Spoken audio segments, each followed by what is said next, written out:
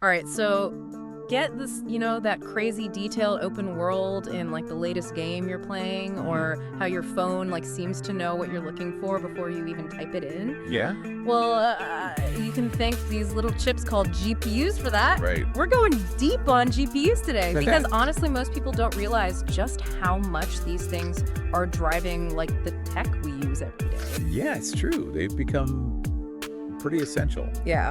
We're talking billions of transistors on a single chip, Wow. crunching numbers at speeds that would make your head spin. Okay, so I get that they're powerful, but how are they different from a CPU? Yeah. My computer has both, right? Right?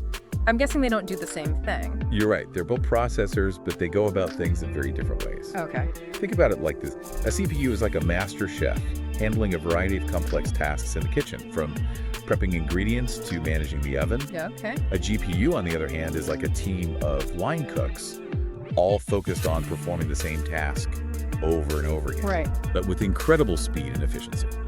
Okay, so the CPU is running my operating system, browsing the web, all that jazz. Exactly. While the GPU is handling the heavy lifting for things like 3D graphics and AI. Exactly.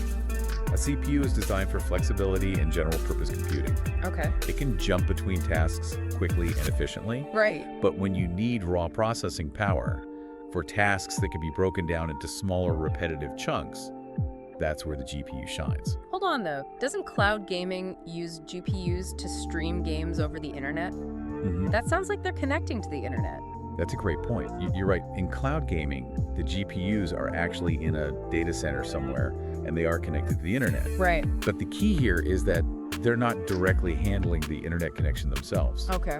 They're still focused on their primary job, crunching numbers to render the game, and then sending that visual data to your device. So it's more like they're sending out postcards instead of making phone calls, right? That's a great analogy. Okay. They're not managing the network, they're just using it to send and receive data. Okay, that makes sense. Now let's talk about those billions of transistors. Yeah. It's like a microscopic city on these chips, right? Yeah, What's going on in there? it's pretty incredible. Yeah. Imagine a city with different districts, each specializing in a particular task. Yeah. Okay. You've got your graphics processing clusters, or GPCs, which are like the major industrial zones. Okay. Inside each GPC, you have streaming multiprocessors, or SMs, like specialized factories. Okay. And within those factories are the workers, the individual cores. Right, and we've got a few different types of cores, CUDA, Tensor, and ray tracing. Yeah. Do they all do the same thing? Not exactly. Okay. CUDA cores are the general purpose workhorses. Okay. They handle the bulk of the calculations for things like rendering graphics in games. Mm-hmm. Tensor cores, on the other hand, are specifically designed for matrix math, Okay. which is the backbone of artificial intelligence and deep learning. So when my phone recognizes my face to unlock, exactly. That's tensor cores at work. Exactly. Tensor cores can perform those complex calculations incredibly fast, Wow. making AI applications much more responsive. And what about ray tracing cores? Yeah. I've heard that term thrown around a lot in gaming. Ray tracing cores are all about creating realistic lighting and shadows in games. Okay. Instead of faking reflections and lighting, they actually simulate the path of individual rays of light, Oh, wow. which creates much more believable visuals. Wow, that sounds seriously intense. Yeah. All of these cores are working together. Right. But how do they get the data they need to do all this? That's where the GPU's memory comes in. GDDRX memory chips, to be exact. Think of them as high-speed delivery trucks, constantly bringing information to and from the cores. Okay. The faster those trucks can deliver, the faster the GPU can process everything. So that's why game loading times are so important. Precisely. It's all about getting that data to the cores as quickly as possible. Precisely. And here's where it gets even more interesting. Those memory chips aren't just using simple ones and zeros. Yeah. They're using advanced encoding schemes like PAM4 and PAM3 to squeeze even more data into each transfer. Hold on. So it's not just about speed, Right. but also about how much information they can cram into each trip. That's wild. Yeah. So we've got this complex city of cores, memory trucks racing around, and data flying everywhere. How does it all work together to actually, do stuff? That's where the concept of parallel processing comes in. Okay. Imagine you have 1,000 workers and you need to add 1 to 1,000 different numbers. Okay. Instead of doing it one at a time, you tell all the workers to add 1 simultaneously. Got it. That's the power of parallel processing, doing many things at once. Okay, that makes sense. But how does that apply to things like gaming or AI? Think about rendering a complex 3D scene in a video game. Yeah.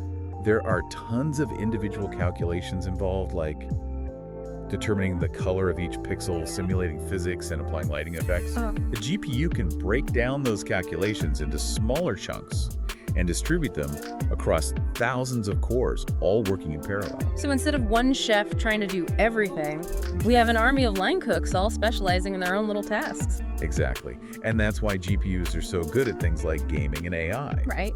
These tasks are inherently parallel, meaning they can be broken down into many smaller independent operations. All right. I'm starting to see the bigger picture here. We've got these specialized cores, super fast memory, and this whole concept of parallel processing. But how did we even get to this point? How has this technology evolved over time? One of the big leaps forward was the shift from SIMD sim. Okay, rewind a second. SIMD. SIMD, those sound familiar, but refresh my memory. So SIMD stands for single instruction, multiple data. Okay. Imagine you've got a line of those cooks, each with a potato. Okay. The instruction is peel the potato. Got it. And they all do it at the same time to their own potato. That's SIMD. One instruction, lots of data processed in parallel. But early GPUs mainly used this approach, and it had limitations. Limitations? Yeah. It sounds pretty efficient to me. It is for simple tasks, but think about a recipe with an if-then step. Okay. Like if the potato's green, throw it out. Right. With SIMD, all the cooks have to wait for each one to check their potato, even if most are fine. That creates a bottleneck. Ah, so it's not so efficient when you have decisions that could go different ways. Exactly. That's where SIMT comes in. Okay. SIMT stands for single instruction, multiple threads. Okay. It's like giving each cook their own little recipe card Okay. and letting them work at their own pace. They can all follow the same general instructions. But if one cook hits that if step and has to throw out a potato, the others can keep going. So it's more flexible.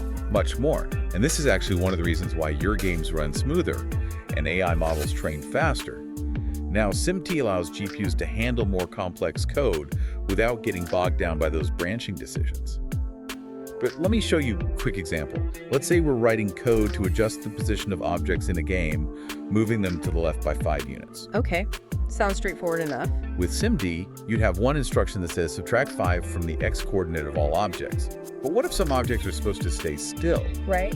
You'd need extra code to check each object first, which slows things down. Like that green potato situation. Exactly. With SIMT, each object would have its own little thread, and the code could say something like, if the object is movable, then subtract 5 from its x coordinate. Okay. Each thread can make that decision independently, so there's no bottleneck. All right. That's actually a pretty clear way to explain it. So SIMT is like SIMD, but with more freedom for each individual calculation. Now, speaking of calculations, I know GPUs were once used for Bitcoin mining, but you said earlier that they've been outpaced. You're right. There was a time when the parallel processing power of GPUs was perfect for mining Bitcoin, Right. which involves solving complex mathematical problems to verify transactions. So it was basically a race to see which GPU could crunch numbers the fastest? Kind of, but eventually specialized hardware called ASIC miners came along. Okay. They're designed specifically for Bitcoin mining and are far more efficient than GPUs for that specific task. Okay. So while you might have seen some people using their gaming GPUs to mine Bitcoin a few years ago, Right. it's not really a viable option anymore. Makes sense, the right tool for the video, right? But it sounds like GPUs have found a new home in the world of artificial intelligence. Absolutely. AI relies heavily on neural networks, which are essentially complex mathematical models that can learn from data. Right. And those models involve a lot of matrix math, something GPUs excel at thanks to those tensor cores we talked about earlier. So those tensor cores are basically AI specialists. They're the ones making all the smart decisions. They're not making decisions in the sense of thinking for themselves, but they're incredibly efficient at performing the calculations that allow those AI models to make decisions. For example, think about personalized recommendations on streaming services. Oh, like how Netflix always seems to know what I want to watch next. Exactly. Behind those recommendations is a complex neural network that analyzes your viewing history, compares it to millions of other users, and then calculates the probability that you'll enjoy a particular show. So my late-night reality TV binge is all thanks to tensor cores. Well, maybe not entirely, Okay. but they're certainly playing a role. They're crunching through those massive data sets, making those recommendations possible, and it's not just entertainment. Tensor cores are also being used for things like medical diagnosis, image recognition, and even self-driving cars. Hold on, self-driving cars, that sounds like some serious AI. It is. Self-driving cars need to constantly analyze their surroundings, identify objects, make decisions about how to navigate and react to changing conditions. All of that requires massive amounts of real-time data processing, which is where GPUs and their Tensor cores come in. So those tiny chips are not just giving us better graphics, Right. they're helping to shape the future of transportation. It's pretty incredible, isn't it? And it goes even further. Scientists are using GPUs to simulate protein folding, which could lead to breakthroughs in drug discovery. Researchers are using them to analyze climate data and develop more accurate weather models.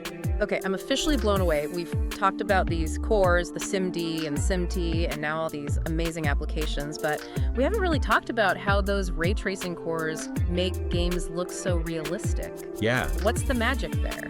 it really is a different approach to creating graphics. Instead of just telling the computer, this surface is shiny, so make it reflect light. Right. Ray tracing actually simulates the way individual rays of light would bounce around a scene. So it's not just faking a reflection, Yeah. it's calculating how the light would actually behave.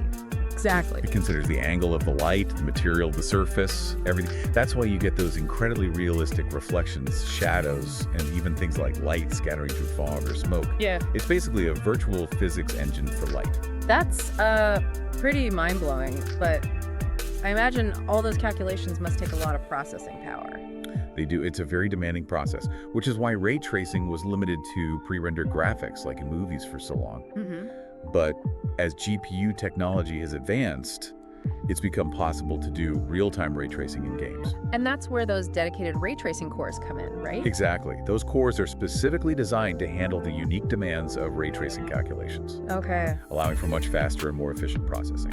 So when you see those amazing ray-traced game demos, Yeah. it's the combination of those specialized cores, the parallel processing power of the GPU, and the super fast memory all working together. Exactly. It's incredible to think about all the complexity packed into these tiny chips. We've covered so much ground today, from those billions of transistors to the different types of cores, the evolution of parallel processing, and all the amazing applications for GPUs. It's been quite the journey.